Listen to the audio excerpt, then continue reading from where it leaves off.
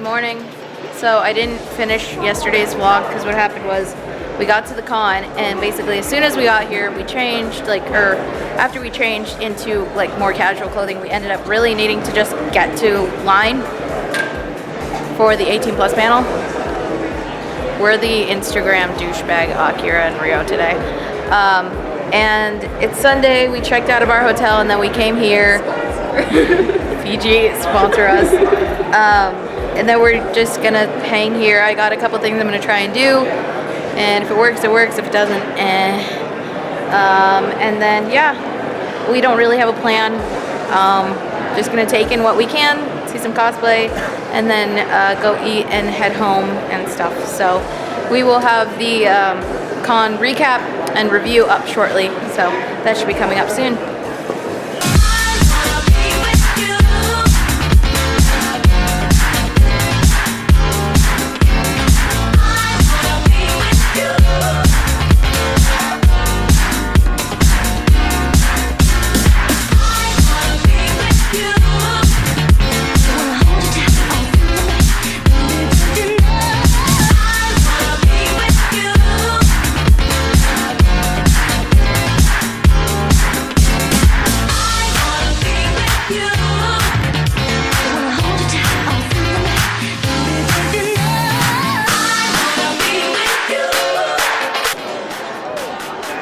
Beautiful, Taylor.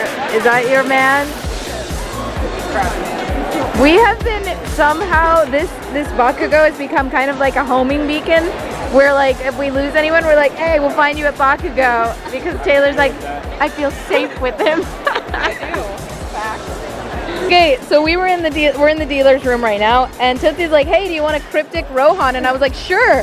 So I pick it up and I'm like, okay, cool, it's Rohan. And then all of a sudden I'm like moving it around and I'm like, Tootsie, this is a rat. Yes. We're calling Rohan a rat. He's still cryptic. He's a rat. There he goes. Fight me, bitch. Oh, get him. Get him.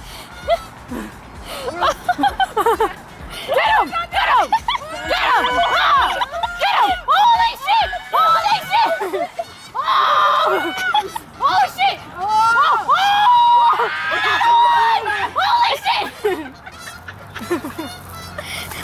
Oh my god. Gay spike. Dang. Only Naka. Geese fight. 2K19.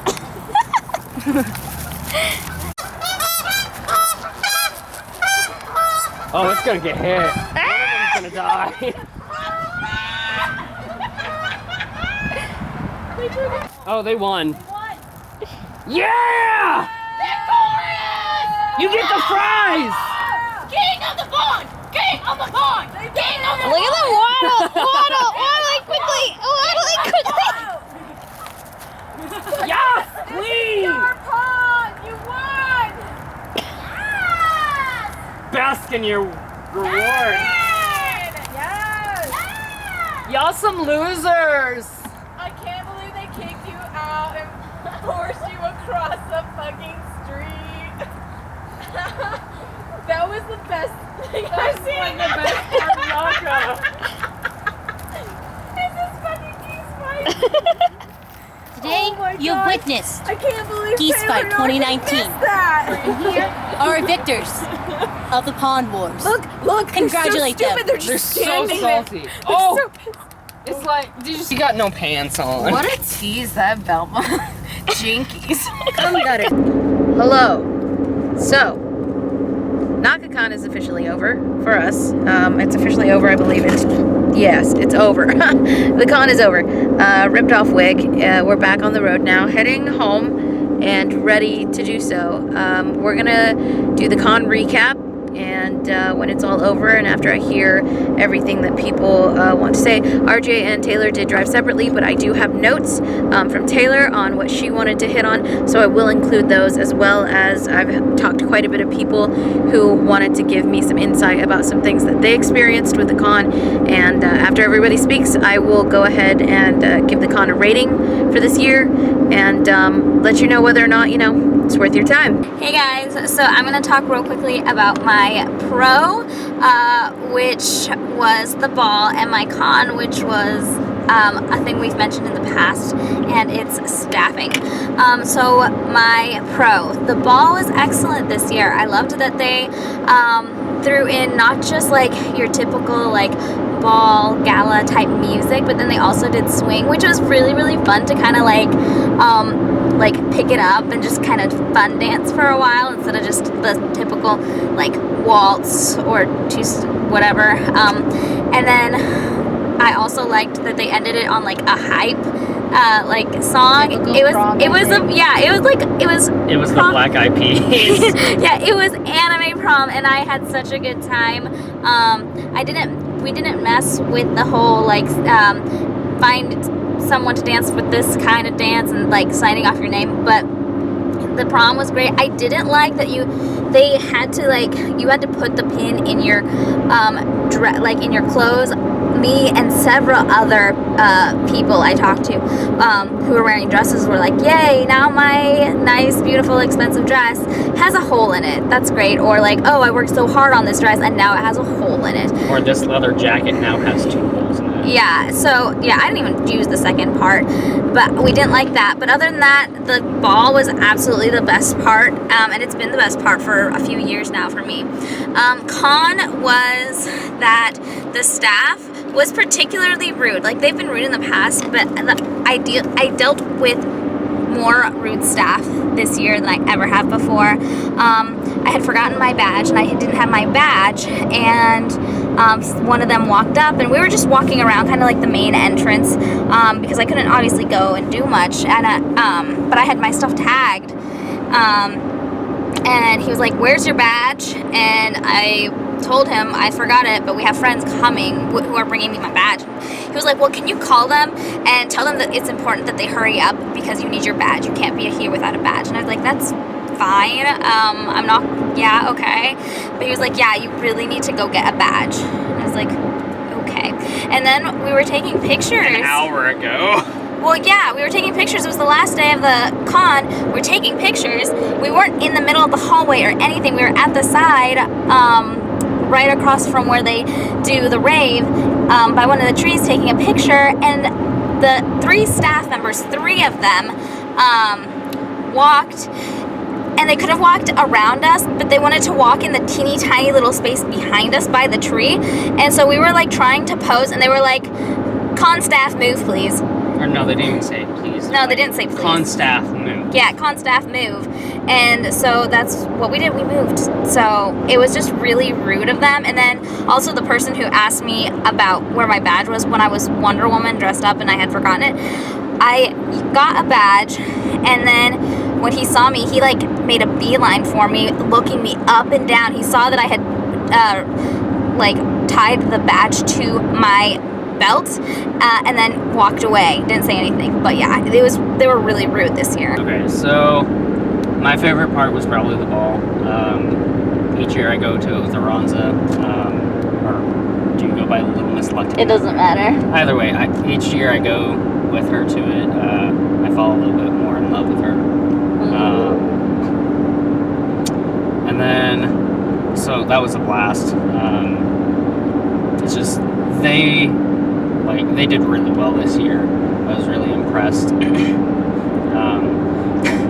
Which is kind of like a interesting bit, because everywhere else in the con pretty much suffered. Like the scheduling, that was just a huge clusterfuck. Like they put out an official schedule that they handed out at the beginning, and with the schedule, it said, hey, the schedule's wrong, don't go by the schedule. Like, they handed out a leaflet saying that, and, like, so, it's just very odd to me that they would do that, and, like, have their Naka seal of approval on it. Like, it rubs me wrong. Like, I've been to Naka 3 years now, and it's just, each time it's been kind of, like, going downhill. Like, the con itself, and there weren't that many panels that I was actually interested in. We'll go ahead and touch on why I didn't get to go to one of the panels I actually wanted to go to with either Otter Parade or Tootsie. So, yeah. So, my pro. Wait, should I start with my con first or pro? Start with your pro. Okie dokie. Well, one of the pros I have is what they're trying to implement with the 18 plus panels and stuff. So they're doing a wristband type system to ensure that there's no minors and enough room for the 18 plus panels because they're quite popular. And so it's about enough room without heating up with the fire marshal codes. And I really enjoy it because it's really quite organized once you get into the flow and how their 18 plus system works. It works by basically you have to pick up a wristband at some point of the day before like 8 p.m. so you can be able to go to the 18 plus panels that are around late time, 9, 10, late times. But on the con side, they implemented this system very suddenly, and there is a lack of information on how to obtain the wristbands for the 18 plus panels. So what happened to us on Friday was that we were able to go to our coveted favorite panel, Bad Fanfic Reading, because we didn't know that the wristbands ended at 8, and there was no information even for J-Man Otter Parade. Press person did not have the information to obtain it before a certain time, and it's also kind of hush on the DL on how to get these wristbands, and that was not good. Gucci. It was not Gucci. Not Gucci at all. Yeet. Alright guys, so let's go ahead and finish talking about Naka-Kon 2019. I'm just going to wrap up and kind of summarize what everyone else has been saying about their favorite parts, their concerns, the things they liked, didn't like, the hit or miss of the convention itself. So I'm just going to go ahead and kick it off with the things that I did like, and then we're going to move into the stuff that I didn't like and that they need to improve on, and then we're just going to finish it up, and I'll let you know how I felt about the con in general. So what I like.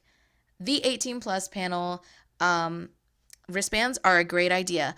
I think it was fantastic crowd control. It kept the hallways open, and there wasn't any immediate clogging for people to get stuck there. And the fact that the actual convention places, they didn't want to clog the hallways, which is understandable, and I think it's good too because of the way that the convention center is built. It really is helpful to have those clear at all times. And so by telling people, hey, we're really not going to let you line up for the panel till about 30 minutes prior, I think that's also a really good idea. And then the way that they did crowd control the actual lineups for getting into places, so whether that's the vendor hall, the panels, the 18 plus panel, the people in charge of the lines for that, you guys are doing an amazing job. You did a really good job. And I thought you had great control, and kudos to you. Way to go. Keep it up. You guys were great. I thought that was awesome. As far as the charity ball, I had never been before. I thought it was a lot of fun.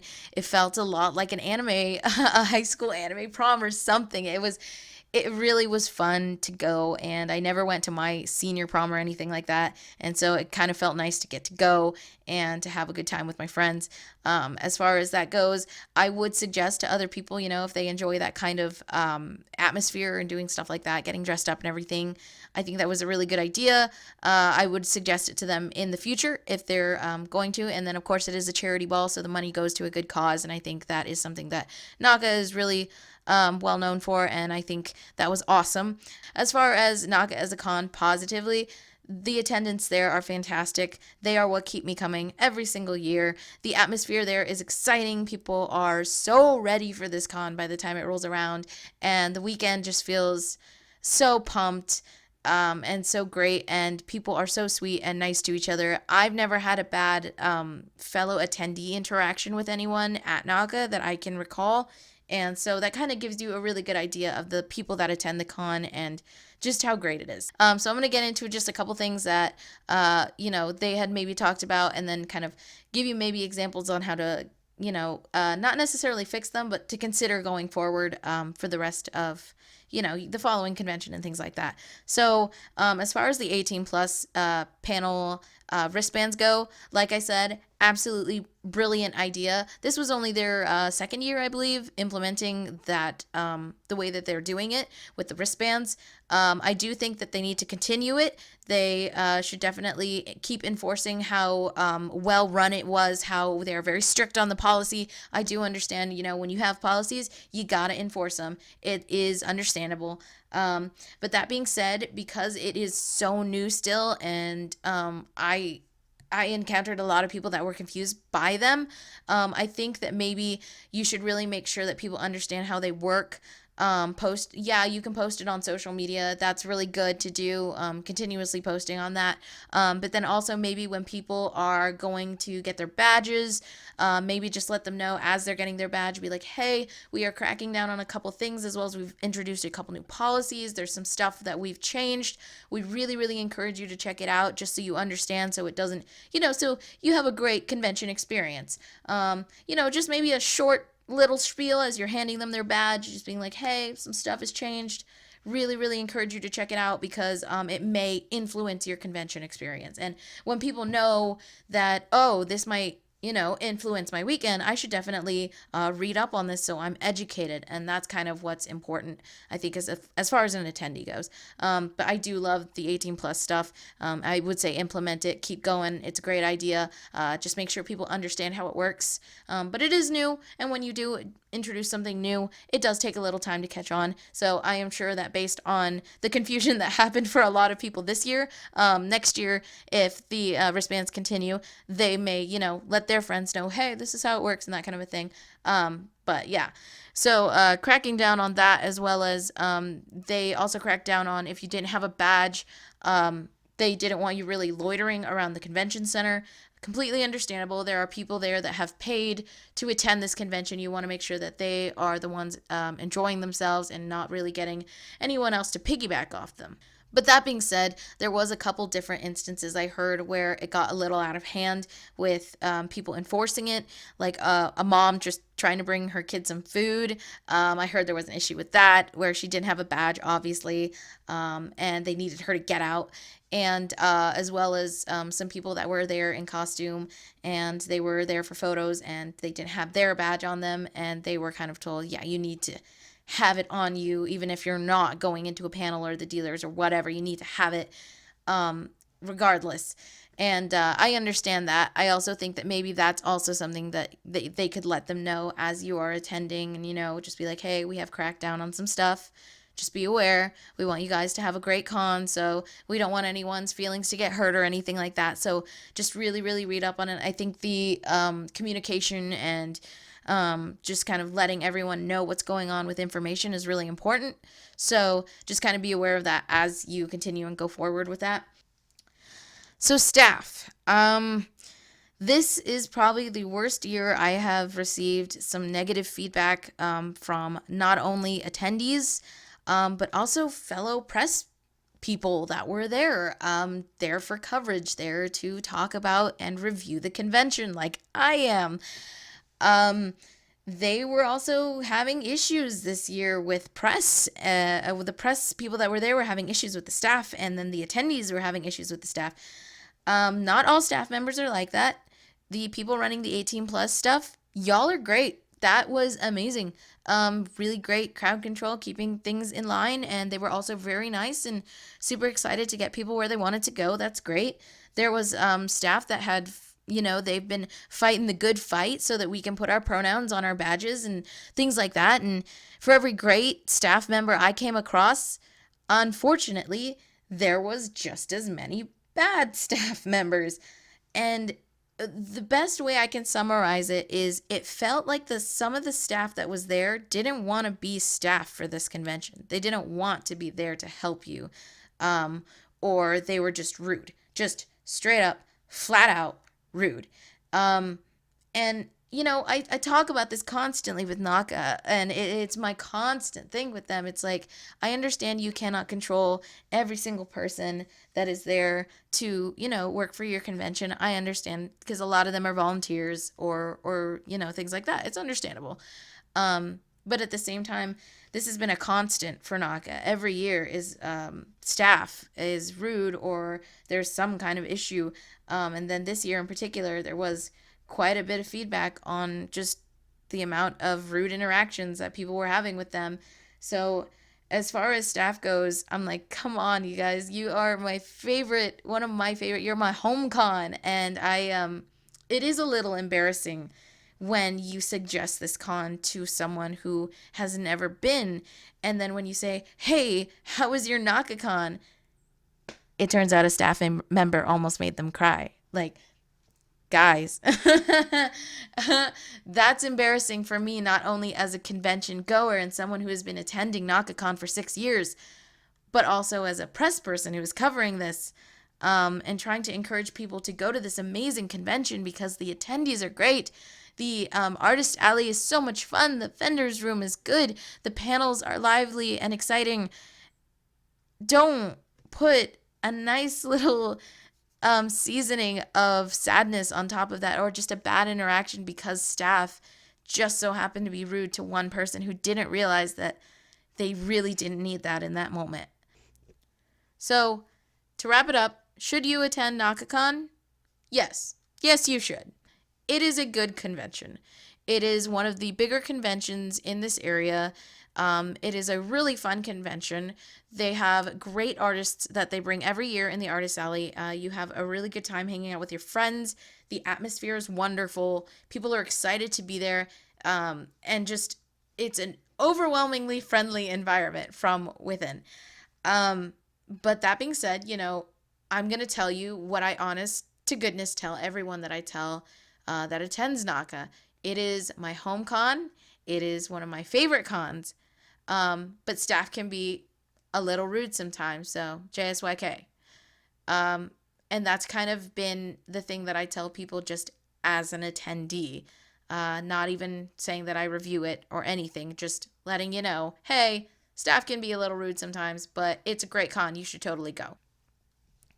Okay, so will I be going back to Naka-Kon 2020? Yes. Yes, I will, because Naka is my home con, and I love this convention, and I love going to it. However, I do not plan on going back as press, and there's a couple reasons for that.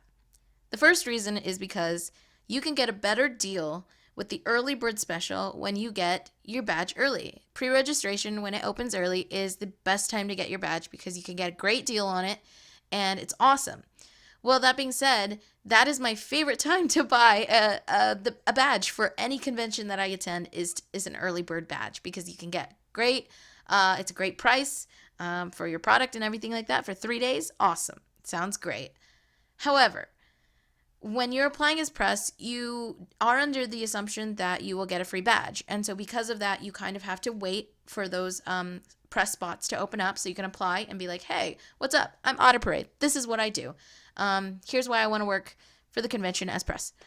And that kind of a thing. Well, that being said, the process of getting the press badge took so long that by the time I was approved for a press badge, a lot of the cheaper tiers for buying a badge had already gone down.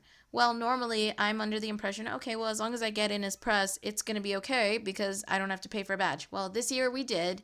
So we had to pay for the badge, and we also ended up missing those cheaper tiers.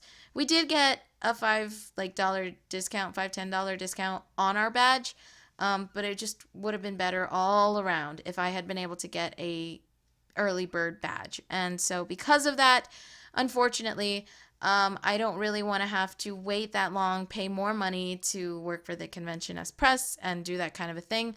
So I just, if that's how it's going to be next year, I'm good. I'll just buy the early bird badge. It's okay.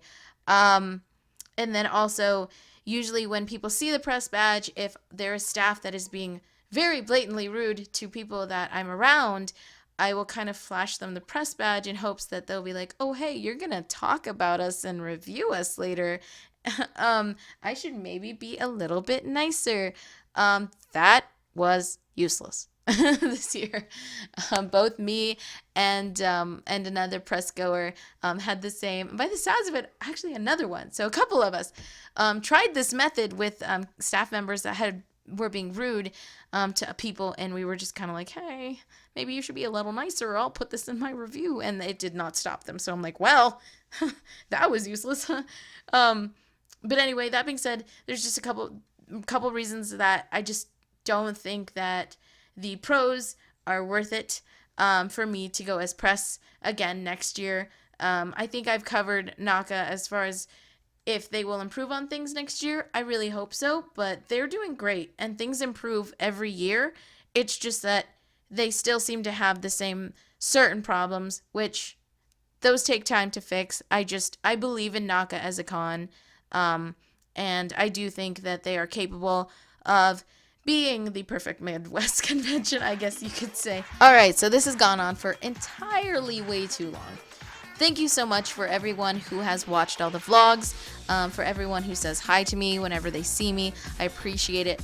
And who also just sticks around to hear what I have to say about the convention. So as far as Naka-Kon 2019 goes, that is a wrap. That's all I've got for vlogs, and that's all I've got to say. So that was tons of fun. I will see you guys I'm tired. I will see you guys at Naka-Kon 2020. Later.